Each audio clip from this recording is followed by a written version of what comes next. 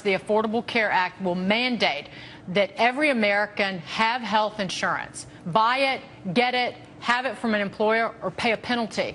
But according to a report by InsuranceQuotes.com, 64% of uninsured Americans, almost two-thirds of them, have not decided if they will purchase health insurance by that January 1st deadline. Tevi Troy, as a former Health and Human Services Deputy Secretary, here to weigh in on this.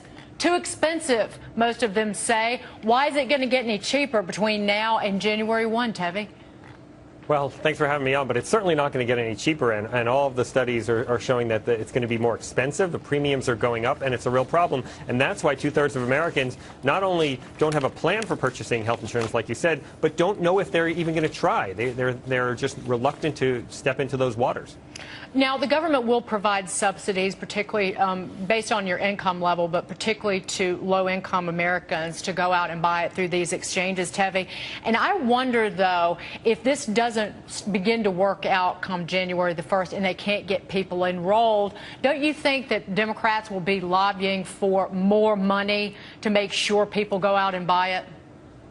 Well, that's true, and the Democrats are talking about more money for implementation. The American people seem not to like this law and are not so inclined to give more money for it, and the Republicans certainly are not inclined to give more money for it. But in terms of the subsidies, it's hard to go much higher on the subsidies since they're already going up to people in some areas that are making $90,000 a year. So the subsidy levels are high, and the Democrats are saying, well, it's subsidized, so it's not a problem. But somebody's paying for those subsidies, and those people are us. So the costs are higher and the subsidies are higher, and we're all paying for both.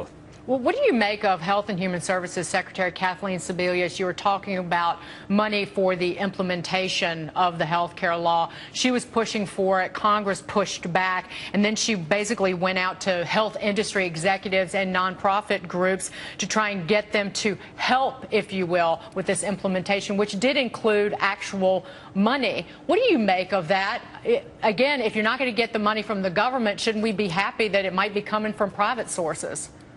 Well, actually, I'm fairly uncomfortable with it, and the laws of the land say that if Congress does not provide funding for something, you can't go out and solicit people to go and do this kind of thing, because if you have to remember that Health and Human Services, where I work, is the biggest regulator for most of these companies that are in the health world, not just insurance, but also in the drug world. And so if the Health and Human Services Secretary is going to say, hey, give money to this cause, and maybe we'll look favorably upon the way we regulate you, that makes me very uncomfortable. What about the blame that's going on, Tevi? Because, again, this is the centerpiece of the president's first term. Democrats push for it, and now it's not really working out. Even Senator Baucus called it a impending train wreck. But, again, they're not willing to take the blame or even try and fix some of the things that are wrong so far. Yeah, I love that Senator Baucus, who is obviously one of the fathers of the legislation, called it a train wreck. But you have people like Secretary Sebelius, President Obama, Senate Majority Leader Reid, who are out there sort of blaming the Republicans for this, saying that, well, it's the Republicans who are not giving enough money to implementation or not giving us more money for implementation. A lot of that money, as you know, would go to the IRS, which a lot of Americans are having problems with these days. And so they're trying to blame someone else. But the people they're trying to blame are the ones who've been warning about all of the possible train wrecks that we've been talking about, all of the flaws in this legislation. We've been warning all along, and now they're saying, well, it's your fault. You've been the ones who've been warning about it. I don't think that's going to fly. We will see how it flies, because, again, those health exchanges have to be in place, October the 1st and everything. October 1st. And then January the 1st.